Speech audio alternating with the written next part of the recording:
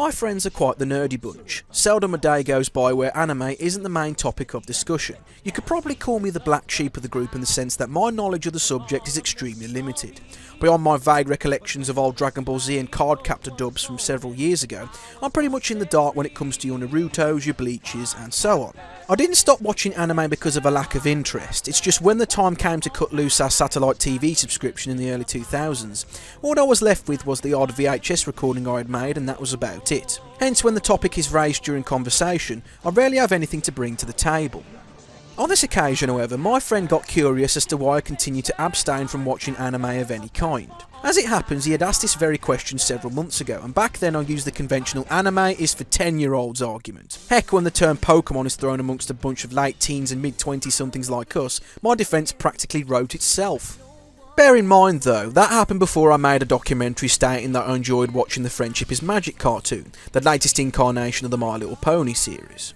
This meant that this time around I could no longer call my friends a bunch of dorky man-children as I'd done before, as that would make me the biggest hypocrite on the planet. The best excuse I could muster this time was that I really didn't have time to really commit to an anime series, and needless to say, my friend wasn't very impressed. He was livid at the fact that I had in effect dismissed his passion as a trivial pursuit when that wasn't really my intention. As it stands, the exchange never really came to anything, but it really did make me think more about fan culture, a concept that I always held a degree of contempt for. I very rarely admit to being a fan of anything, simply because of the incandescent whinging one can get from other fans. For example, I choose not to follow football because I don't want to interact with irritating folk on Facebook each time my team loses. There are plenty of things in the world that are worth getting worked up over, and last time I checked, cartoons isn't one of them. So let me clarify, the whole point of this video isn't designed for the purpose of pointing the finger at people, but more to highlight some of the more inappropriate behaviour within fandoms that really needs to change if they are to be seen in a more positive light. Naturally, as it was anime that started this whole thing off, it was perfectly fitting that the anime fandom would be a part of the discussion. However, talking about a fandom just as a casual observer would be hideously one-sided, so to keep things balanced, I've also thrown in some of my thoughts of the MLP fandom as an added bonus. So without further ado, let's get started. To the uninitiated like myself, the prospect of delving into the world of anime is nothing short of terrifying. From my point of view at least, I think the deal breaker for most newcomers is not knowing where the hell to start in the genre. Now some would argue it's probably best to start off with the well-known animes to begin with, but even narrowing it down in that way doesn't help much, as that still leaves dozens of series to choose from. In that situation, one can just throw caution to the wind and just pick an anime at random out of a bingo hopper for instance, but nobody really wants to start watching an anime only to discover it to be a pile of crap, so what's the alternative? Well, as it happens, several consoles have actually taken the time out to write articles for anime newcomers like myself, and they all provide several helpful suggestions. Finally, some progress. Well, you would have thought. In all my searching, I've yet to come across an anime article without somebody spouting vitriol towards the author in the comments, for having the sheer gall to make a few recommendations to the odd passerby. And that completely ruins the idea of getting into an anime for me. I just don't fancy the scenario of discovering some anonymous shut-in and waiting to explain why I'm a cretin for liking anime A over anime B. Let me give you a key example. Let's say I'll start watching the Naruto anime for instance, one of the most well-known and successful anime series going at the moment. Call it mainstream if you will.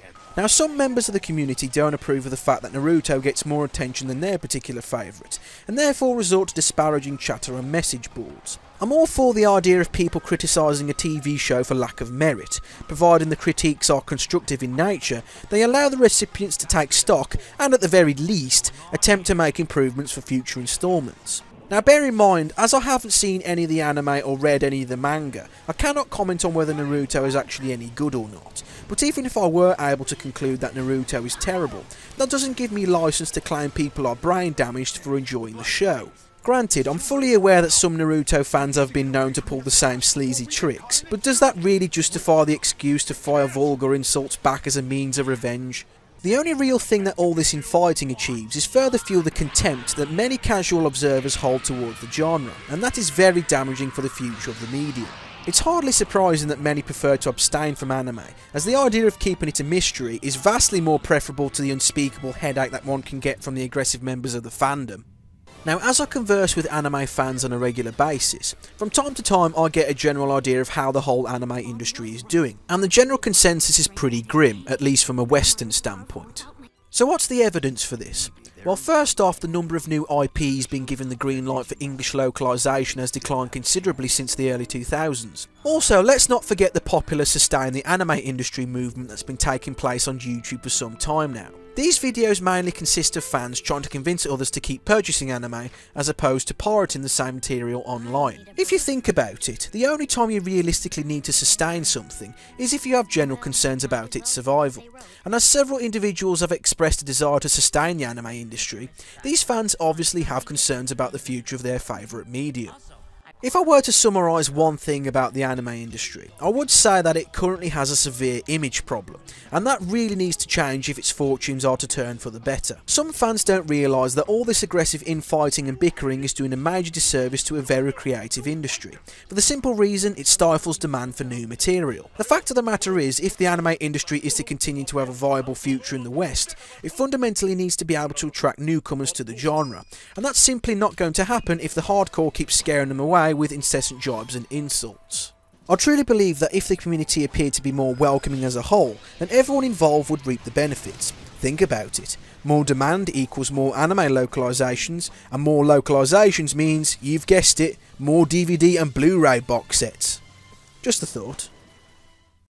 With anime out of the way, let's take a quick look at the MLP fandom.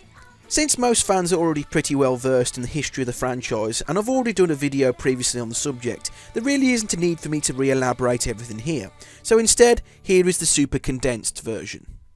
In the 1980s, American illustrator Bonnie Zackley created the My Pretty Pony line of toys, which later served as the template for the first line of My Little Pony toys a few years later.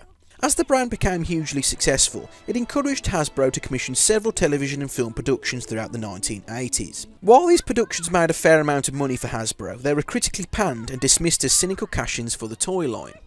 The brand did return, albeit very briefly, to television screens in the early 90s with the My Little Pony Tales series, which featured a fresh set of characters and settings, most commonly referred to as Generation 2. However, due to it being a commercial failure, this rendition was cancelled after a mere 2 seasons.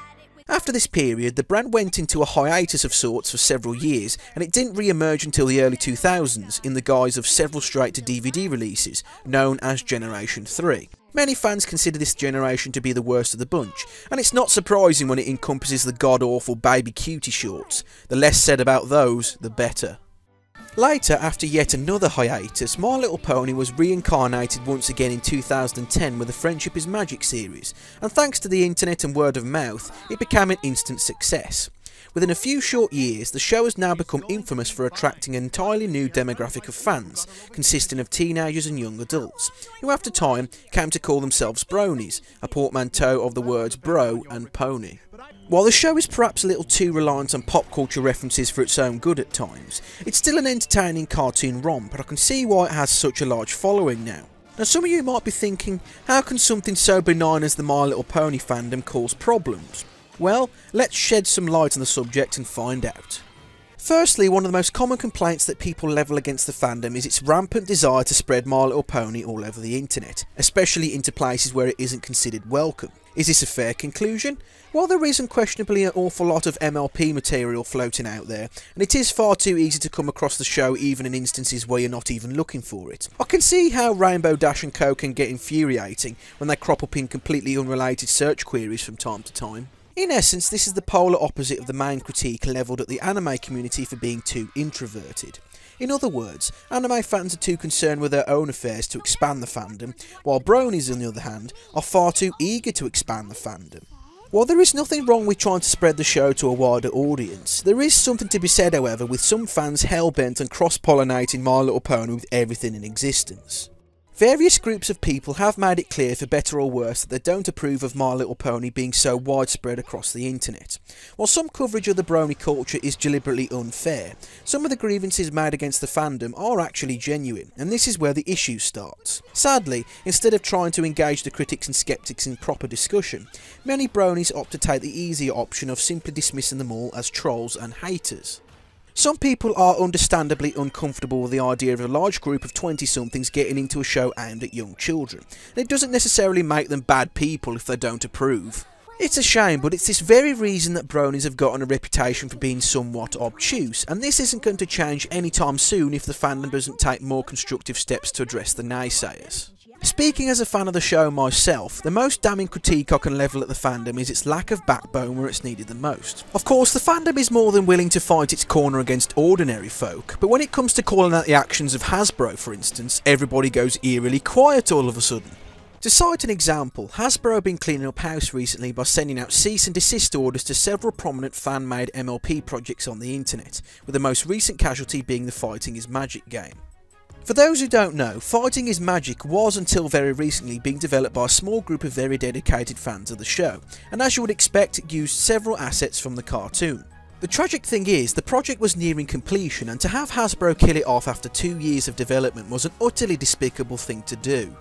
Now, it is standard practice for companies to distribute C&D orders to projects using copyrighted material. That I do not have a problem with. What I do have issue with is companies bending and abusing this rule for their own benefit, and this is exactly what Hasbro have done in this case. What was even more unbelievable though is that only a tiny proportion of the brony community chose to stand up for the main 6 team, with many siding with Hasbro on the grounds of copyright, which is an incredibly rich stance to take when many download the show illegally on a regular basis. Perhaps it was the fear of being seen to be rocking the boat, I'm not entirely sure on that one, but the manner in which support for the project practically dried up when Hasbro started knocking was nothing short of deplorable. Generally speaking, the fandom really needs to stop being complacent in the belief that every problem will disappear if everybody keeps their mouth shut. If fans continue in the belief that everything is fine, then Hasbro will continue unhindered, crushing many more fan projects in their wake, and that'll be just the tip of the iceberg. Right, I think that just about wraps everything up.